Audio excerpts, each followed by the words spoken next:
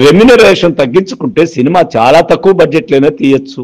అలా తీసిన సినిమాని తక్కువ రేట్లకే టికెట్లు పెడితే కుటుంబ సభ్యులతో సహా వచ్చి సినిమాలు చూస్తారు. అలా టికెట్ రేటు తగ్గితే ఇలాంటి ఐ బొమ్మ, ఆ బొమ్మ, ఈ బొమ్మల్లో ఎందుకు చూస్తారు ప్రజలు? వారికి అవకాశం లేదు కాబట్టి అడ్డదారి వెతుక్కుంటూ ఉన్నారు. జనాల కష్టం ఎవరిదైనా కష్టమే కదా, ప్రతి ఒక్కరికి ఆశ ఉంటుంది కదా. థియేటర్ లో వెళ్లి ఆ ఎక్స్పీరియన్స్ తో సినిమా చూడాలి అని వందల కోట్ల రెమ్యునరేషన్ పెంచేసి సినిమాను సామాన్యులకు అందకుండా దూరం చేస్తుంది మీ సినిమా వాళ్లే కదా. సినిమా వాళ్ళు చేసేది కరెక్ట్ అయితే ఐబొమ్మ లాంటి రవి చేసేది కూడా కరెక్టే కదా.